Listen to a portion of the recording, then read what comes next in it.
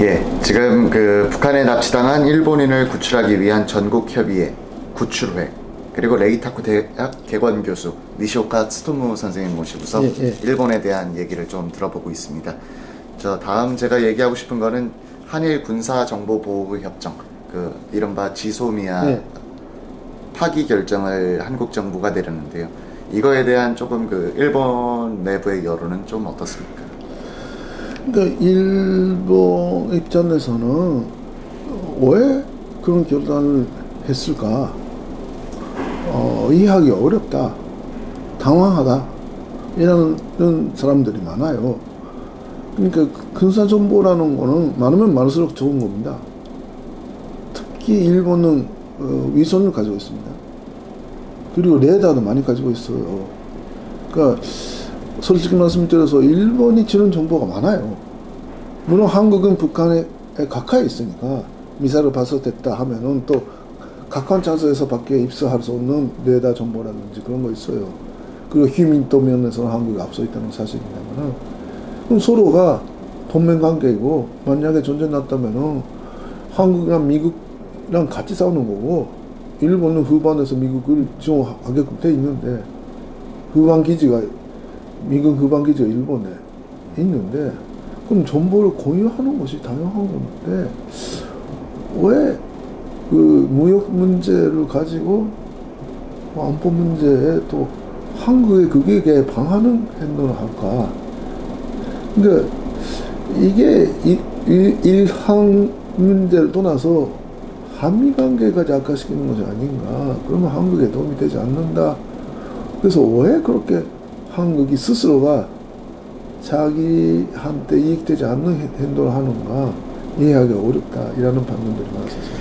근데 뭐 한국 여론조사 결과나 뭐 주변 사람들 얘기를 들어보면, 와, 한국 잘한다, 통쾌하다. 그렇습니까? 네, 이제 뭐 우리가 일본한테 이런 식으로 딱 이제 할 말 하는 나라가 됐다라는 사람들도 있거든요. 일본 내부에도 좀 그런 여론이 있을까요? 그러니까 그래서 그 결과를 봐서도 미국이 공개적으로 실망했다. 예. 그리고 한국의 사정 협의는 없었다. 한국 정권은 거짓말을 하고 있다, 이라는 의미죠. 양해를 얻었다고 발표했으니까. 그리고 지금 미군 안전 문제도 있다, 이라는 말까지 하는 거로 봐서 일본에서는 미군이 절수하는 것이 아닌가. 그러면 한국이 조카 통일되는 것이 아닌가. 그럼 북한군이 부산까지 온다. 그럼 우리 안보는 안정하는가. 그러니까 38선이 부산까지 내려오는 것이 아닌가라는 걱정들을 많이 하고 있습니다. 지금 그런 말도 있거든요. 이 지소미아 파기 결정을 반기는 나라는 북한, 중국, 러시아뿐인 거다. 근데 이번에 문재인 대통령은 태국하고 지소미아를 맺겠다고. 이게 글쎄, 태국에서 어떤 정보를 얻으시려고 하시는지 제가 잘 모르겠습니다. 물론 태국은 우리 음악극이기도 하니까 태국 하시는 건 좋은 거죠. 일본이 손해 보는 거가 있습니까? 지소미아 파기를 하면은. 그러니까 일본의 군사적으로는 별로 없어요. 다만 큰 그림으로 한미 관계가 악화된다는 건 일본한테 도움이 안 되죠. 그러니까 역시 주한미군이 있고 삼각동맹 관계로 대륙 세력이 남하하는 거를 여기 38선서 지켜주는 것이 일본의 국익이지. 그런데 그것이 약화된다는 것이 큰 일본에도 손해고, 그래서 걱정하는 겁니다. 38선이 내려오는 것이 아닌가. 말씀하신 거를 종합하면은 일본이 정찰 위성, 뭐 레이더 등은 훨씬 뛰어나다는 얘기가 사실로 나오는데, 오히려 한국한테 줄 게 많지 일본은 피해볼 게 없는 협정이었는데 그걸 파기했다. 그러면은 제가 좀 군사 얘기가 나왔으니까 조금 뭐 또 다른 얘기를 한번 해보겠습니다. 요번에 또 한국에서는 아주 언론에 크게 보도된 게, 어떤 일본의 의원 한 분이 독도를 전쟁으로 다시 되찾아야 한다, 라는 발언을 하셨. 그분은 어떤 분이시고 그게 뭐 영향력이 있는 발언인가 뭐 어떤 건가를 좀 여쭙고 싶은데요. 그게 일본은 연도 분자를 가지고 있는 나라가 한국하고 뿐만 아니라 노세하고 가지고 있습니다. 북방 연토에 그 의원님이 가셨어요. 거기서 취해가지고 여자를 부르라 뭐 그런 이야기도 하고 나서 여기를 짓잡기 위해서는 전쟁밖에 없다 이라고 생각하는데 그 옛날에 거기 살았던 그 도민들이 있어요. 그 도민들이랑 같이 방문했습니다. 그 도민 대표한테 당신이 전쟁을 해야 되는 거 아니냐고 생각하지 않느냐 이라는 질문을 던졌습니다. 그래서 문제가 돼서 그 야당 제2야당인가 유신당 제3야당인가 보수 성향의 야당이지만은 거기서 제면됐습니다. 그리고 국회에서 그 사람이 위원직으로 사퇴해야 된다 이라는 결의까지 위결됐어요. 그러나 본인이 끝까지 가겠다. 뭐 무소속으로 버티고 있어서 근데 이번에 조그만 땅에 가입해 그 국민을 NHK에서 지키는 당 뭐 그러니까 와인시만 가지고 하는 그 이른바 포퓰리즘 당이지만 거기에 들어가서 또 객관을 받고 그래서 객관을 받는 것이 직업이 되다 보니까 그 일본에서 다케시마가 합니다. 다케시마 문제에 대해서도 같은 류의 이야기를 했던 것 같은데 그 일본권에서 지지하는 사람이 거의 제로예요. 그러니까 그 논리적인 세계에서 해결 방법을 생각하면은 무력 행사도 있을 수가 있지만은 일본은 그렇고 또 헌법이 있고 또 국제사회에서도 지금 힘에 의한 현상 변경은 연속되지 않는다. 그 유엔 헌정에도 있는 거고. 그러니까 자위권은 고연돼 있지만은 힘에 의한 현상 변경은 있을 수가 없다. 근데 중국이나 러시아 같은 나라가 지금 힘에 의해서 다국의 원도를 침략하고 있다 이라고 해서 국제사회가 비판하고 있는데 일본은 그런 생각이 없습니다. 한국 언론은 요번에 그 일본이 국방비를 최대로 늘렸다. 그리고 뭐 사실상 아베 정부가 수정헌법을 개정을 해가지고 전쟁할 수 있는 나라로 돌아가려고 하는 것 아니냐라는 식의 추측성 보도를 많이 합니다. 뭐 그런 거에 그러니까 그게 한국에 여기 이 방송 듣고 보고 계시는 분들한테 설명하고 싶은데 지금 일본 헌법에는 일본이 군대를 가지면 안 된다 돼 있습니다. 군대가 없는 나라가 어디 있습니까? 그래서 그 육군, 해군, 공군 기타 전력은 가질 수가 없다. 그렇게 돼 있어서 자위대입니다. 법적으로는 견잘입니다. 그런데 장비는 군대 비슷한 장비를 하고 있지 않습니까? 그건 일본 국민들도 자위권은 해야 된다. 자위적인 무력은 가져야 된다는 것이 대다수의 생각이에요. 그런데 헌법에 있으니까 변법적으로 자위군이 아니라 자위대입니다. 그렇게 부르고 있는데 아베 총리가 그 자위대를 궁극적으로는 군으로 해야 된다. 다만 지금 일본 국민들의 정서를 보면은 지난번에 전쟁이 쳤기 때문에 군부에 대한 반감도 아직 남아 있어서 육해공군을 가질 수 없다라는 헌법 규정을 그대로 두되 거기에 추가로 자위를 위해서 자위대를 가진다.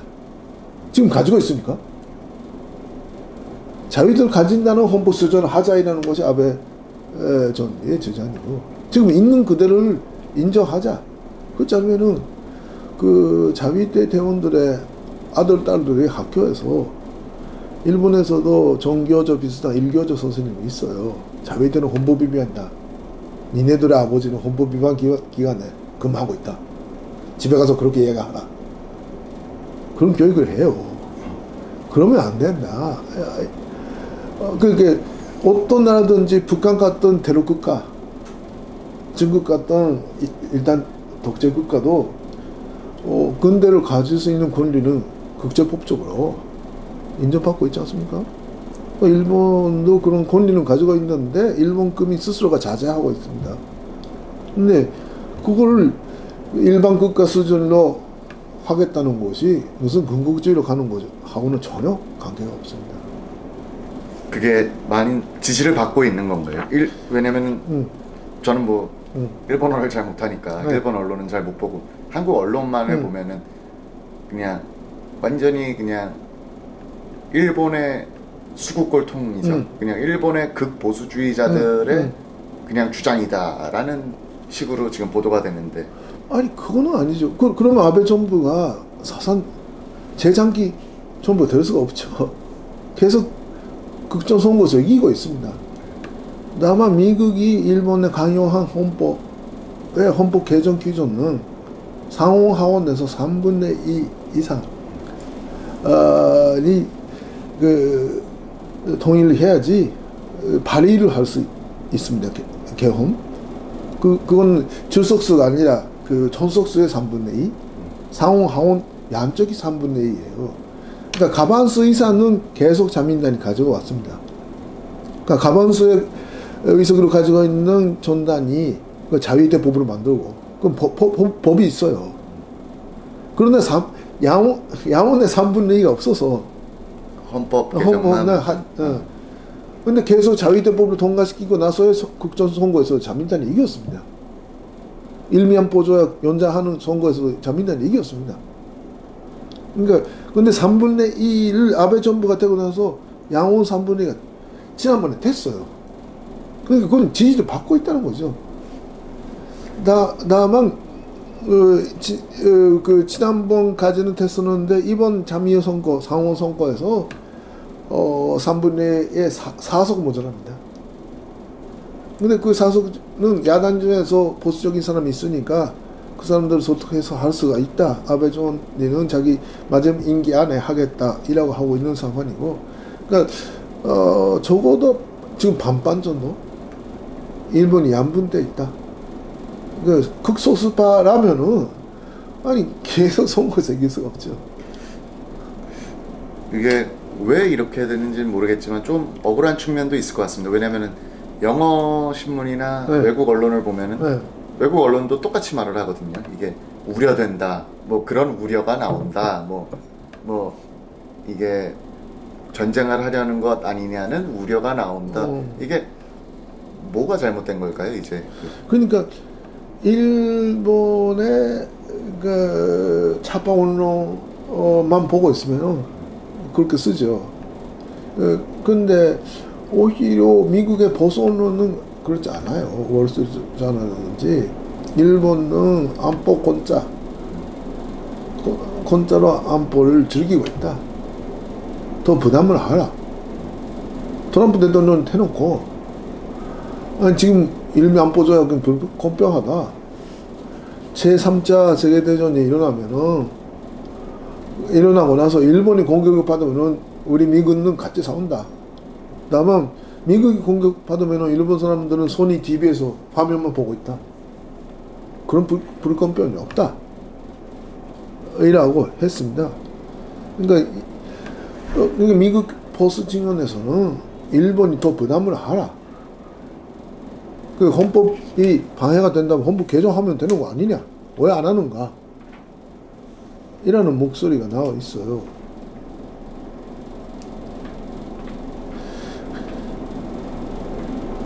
그러니까 여기서도 서울에 있는 외신 기자들이 한겨레 신문만 보고 보도하면 그렇게 보도가 될 거고, 여기도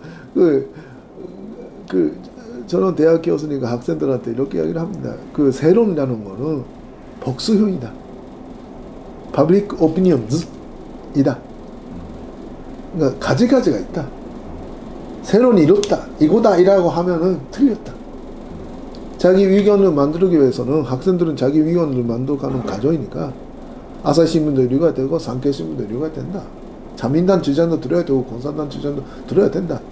그 안에서 자기는 이 정도다 이라는 걸 만들어야 된다. 그런데 동료에 있는 외신 기자의 대부분은 일본의 자파 언론만 보고 그걸 뺏겨 쓰는 것 같고 또 자판 타임즈라는 연자 신문이 있어요. 그게 거의 좌파적인 주장을 하니까 그 일본말 할 줄 모르는 사람은 거기를 참고하는 수가 많아서. 예, 제가 그 화이트리스트 사건 한창일 때 일본어를 못하니까 영어, 일본어 신문 같은 걸 보는데 정말 일본에서 영자 신문이 왜 이렇게 없는 겁니까? 교도도 왜 이렇게 열심히 안 하는 거고. 그러니까 일본 사람도 이사 냉크가 다 일본말로 하잖아요. 네. 일본 사회는 완결돼 있습니다. 일본말로. 거의 또 뭐 번역 연문 서적도 번역되고 하니까 아마 선진국 중에서 외국어를 제일 못하는 나라 중에 하나인데 그만큼 문화적으로 독립되어 있다는 겁니다. 그런 면이 있으니까지만 물론 그래서 일본에 있는 그대로 외국어로 발시하는 점이 좀 약하죠. 네, 제가 봐도 뭐 한국은 뭐 연합, 뭐 중앙, 타임스, 헤럴드, 한겨레, 조선, 동아 뭐 다 한국 언론의 영어 번역 기사만 구글에 올라오고 일본 거는 저도 기억이 자판 타임스 정도. 근데 잘 모르겠더라고요. 이게 뭐 일본의 입장이 뭔지에 대한. 그렇군요. 예, 그건 일본에서 좀 반성해야 되는 부분이네요. 자판 포화도라는 거 있어요. 자판 포화도 그 산케시미에서 하는 거. 그거 좀 보시면은 일본의 보수 언론이 어떻게 생각하는지는 아실 겁니다. 자판 포화도.